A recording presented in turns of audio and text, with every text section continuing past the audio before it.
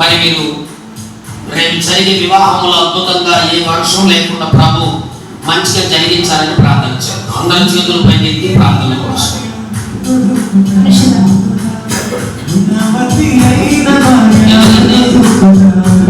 పరిచర్యలో సంఘంలో మనతో ఈరోజు మరి ప్రభు అద్భుతం చేసి ఒక వివాహాన్ని కూడా మరి ఏర్పాటు చేశాడు కనుక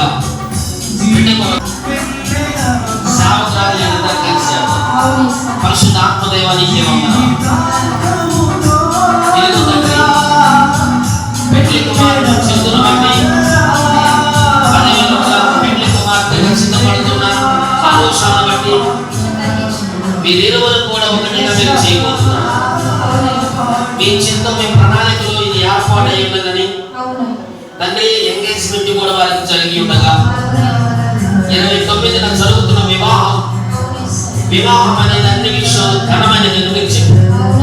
మీరు ఘనంగా జరిగించండి తండ్రి. ఏ లోపం, ఎటువంటి ఇబ్బందులు, ఎటువంటి సమస్యలు ఆ వివాహంలో ఉండకూడదు, ఎటువంటి కొరతలు ఆ వివాహంలో ఉండకూడదు. యేసు నామములో ఘనంగా జరుగునుగా. ఆ వివాహము అద్భుత రీతిలో అనేక మంది ప్రజలు వస్తుండగా, బంధువులు, స్నేహితులు, అక్కడ ఉన్న ప్రతి గ్రామ ప్రజలు ఇదిగో ఈ వివాహంలో మీరు ప్రత్యేకంగా ఉండే ప్రభా అందరూ సంతోషంగా ఉండునుగాక. దేవుడు మేలు చేయునుగాక. ఆ వివాహం చేస్తున్న సేవకుల్లో కూడా దేవుడు తోడుగా ఉండునుగాక.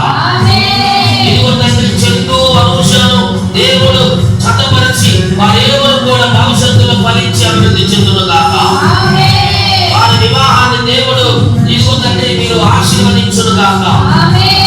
వాతావరణం కొరకు ప్రార్థిస్తామన్నాం. వాతావరణ వర్షము ఏదైనా సమస్యలు అక్కడ తలెత్తకుండా మంచి వాతావరణము, అనుకూలత, వివాహం జరగడానికి అన్ని విషయాల్లో కూడా, భోజన విషయాల్లో కూడా, ప్రతి విషయంలో కూడా దేవుడు సహాయం చేయునుగాక. సంఘబిడ్డైనటువంటి అనుషాను ప్రభు దీవించి మంచిగా వర్ధల చేసి మీకు సంతోషం, ఆనందం తనని ప్రభు దయచేయునుగాక. పరిచర్యలో ఉండే ఉండగా తండ్రి మీరే ఆ బిడ్డకు సహాయం చేశారని నమ్మచ్చు. ఆ బిడ్డను ప్రభు దీవించి ఆశీర్వదించునుగాక.